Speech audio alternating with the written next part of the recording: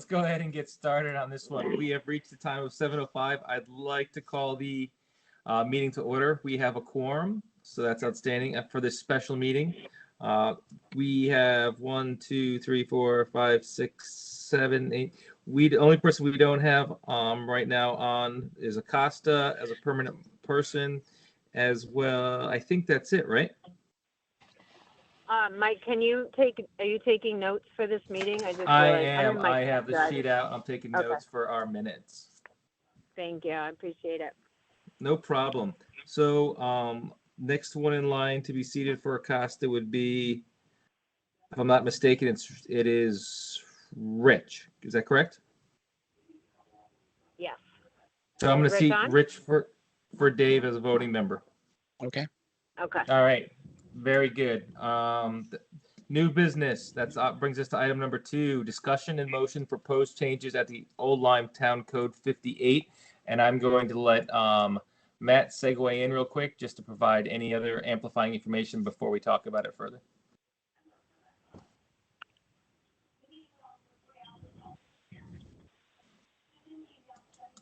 Hey, Matt, you got me? On there? Yep, sorry. I muted myself and it took me a second to figure it out. So you should be able to hear me, right? Yeah, we got you. Perfect.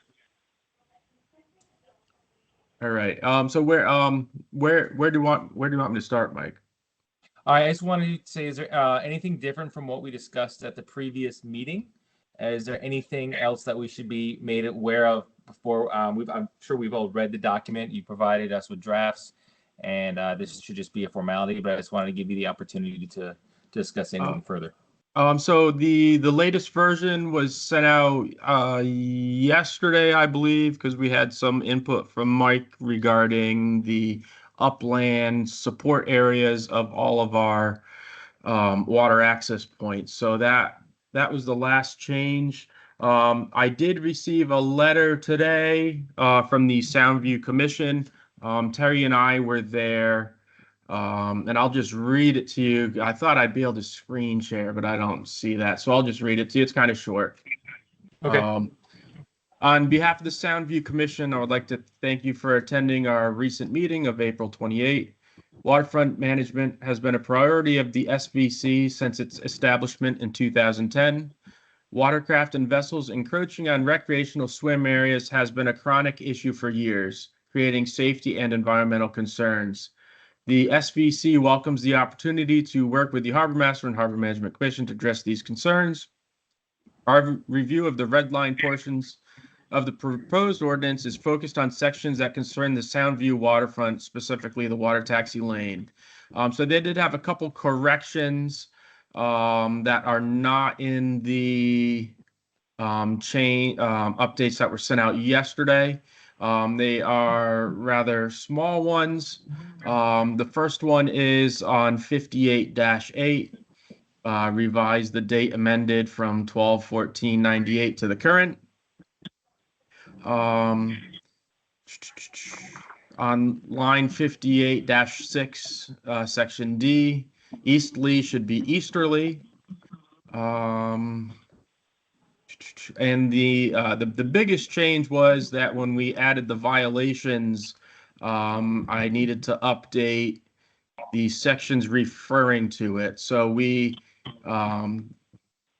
58-8B should be any person who violates 58-6C or 58-6D shall be subject to a fine. So that includes any of those newer swim zone proposed ordinances would also have a fine. That would be the 58-6D, and I didn't have that in the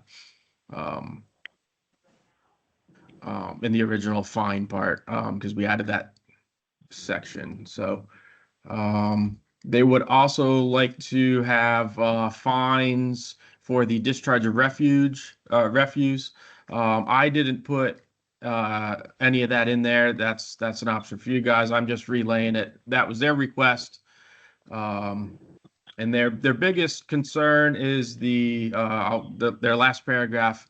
While the proposed changes do go a long way in addressing many of our concerns, there is an interpretation we take exception to. The 1987 stipulated agreement, sections 3, established the boat lane for use by the defendants with one ferry boat for transportation of customers to and from shore. This section of the agreement defines the boat lane use and intent. We believe the HMC and/or deep interpretation of boat lane use for all watercraft less than 35 horsepower is incorrect and will further create a chaotic situation in the limited boat lane area. So those were, That's just their recommendation. We told them that, it's really not crowded. They think that thousands of dinghies are going to look like Block Island Dinghy Dock, and they're all going to be coming into that boat lane. And I've never seen one dinghy, to be honest with you, leave a yacht and come into Soundview. So, yeah, Yeah, from my past experience or in time out there last year, the boats that I typically saw out there were not boats that were even capable of carrying dinghies. So it's my personal belief that that's not going to be a major major use of, I mean, of dinghies. every time I park my 25-foot Wellcraft in there, I never have any problems with dinghies in the way. oh boy. typical. So do we even have the authority to restrict vessels in a specific lane to one person's vessel, like one group of people's vessel? No, DP's going to shut that down. Yeah, they wouldn't Yeah. even allow us to say that's the only boat allowed to go into like this navigable area. So I asked Deep if they would be supportive of any language that restricted just the one water taxi into the boat lane, and their reply back was that they would not be supportive of that sort of language. So You can't block the public trust. yes, it's definitely their interpretation that it is public access with that stipulated agreement. It's limiting the horsepower. Deep was also all okay, even though it's not in the stipulated agreement, with my recommendations of having the any dinghies that go in there not be unattended, and or limiting them to 5 minutes, so they can't go in there and say they're picking up for half an hour, sort of thing. All right. Any further discussion on what's been amplified from the previous meeting, from the recent meeting over at Soundview? Matt, was that it? That was pretty much, that was everything in their letter that they sent to me this afternoon. And there really wasn't anything else that came up at the meeting itself. All right. So I guess we're gonna have to say, when we go ahead, if someone would, is there any further discussion on it? Actually, is the question at this point. Is there any further discussion on the proposal Matt sent out with the additional points, with a new date and with the additional, there's one other point you want, the violations, and adding the, I can't even read my own handwriting. I can forward you the email. I can forward it to everybody, but Mike, I'll forward you the email so you see the exact Well, yeah, sections. so it was 58-8, right? They wanted you to add the new date of today. Yes, 58-8 is the current date of the current amended date. Okay. 58-6D, line 5, easterly, EASTLY should be easterly. Yeah. 58-8B,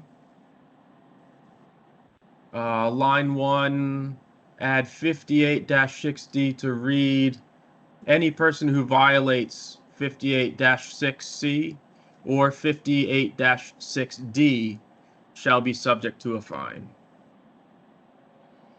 And I just want to make mention, there was a bunch of conversation about having boat seizures. We're having a seizure. Seizing, trying to take it if there's a third violation. We kind of, we decided that is not a smart thing to do. That's a whole different world, trying to take people's vessels. So we got rid of that. They had made that suggestion. The other suggestion, obviously, is they don't want any vessels in there. And again, we're trying to work, everybody work together, Soundview, Harbor Management Commission, But, you know, again, we want to hear their concerns because that is they're down there trying to, you know, corral its chaos. So I understand that they want a stiffer penalty, but we're just not in the business right now without a police vote or police officers being able to write these tickets. Very good. I think we're all understanding and in agreement of that. We just don't have the bandwidth and the on-water presence to enforce it. So why put it out Yeah, there, right? and this You want to letter put a actually ranger on that a they wrote, paddleboard? yeah, they wrote this letter because honestly, we'll just attach it to our minutes and making sure that they have a voice and that we're hearing them, and then it just goes into our minutes, so it's on record. Outstanding. Yeah, I agree with that. Yeah. Yeah. All right. Is there any further discussion on the proposed changes with the additional things mentioned by Matt to the Town of Old Lyme Code 58? Hey, Mike, I just had my hand raised. I don't know if it can be seen, but I can see it now. yeah. Yep, there it is. okay, yeah. So I was just now I know this is not pertaining to the content, the official content by any means, but it's just something that this is an official document, and it came up in a couple of spots. Just the gender pronouns. He, I don't know. I think that should be more universal. I don't know if they do he, she still or what, but it just So drives the- out an assumption. On It's- the document itself, when it comes to, yeah, we'll look at that to make sure where the language, I guess, is. It just gender feels neutral. Yeah, a little bit archaic when I read that. And you could even go back to saying the boat owner. I mean, that's kind of repetitive, but you know, The to boat kind of, owner, I suppose, they well, or wherever. this is- So I'm one just is- giving that as an example, referring to who they're Yeah. talking about. Yeah. so this is actually so preliminary, to be honest with you. This all goes now next, and I agree with you. Anything that we can, those are good, valid changes. Mhm. We can now. It goes to the town attorney. The town attorney is going to put in all of those fancy reconfiguring and keeping it, obviously the language, the substance the same, but the language is going to change. So we'll probably get that back from the town attorney again, even though we're approving to do these certain specific ordinances. The town attorney is going to take it and dissect it, put it into different language. We'll make that mention to him, and then it'll come back to us after that, before it goes to vote with the selectmen. And then after that, then it goes to,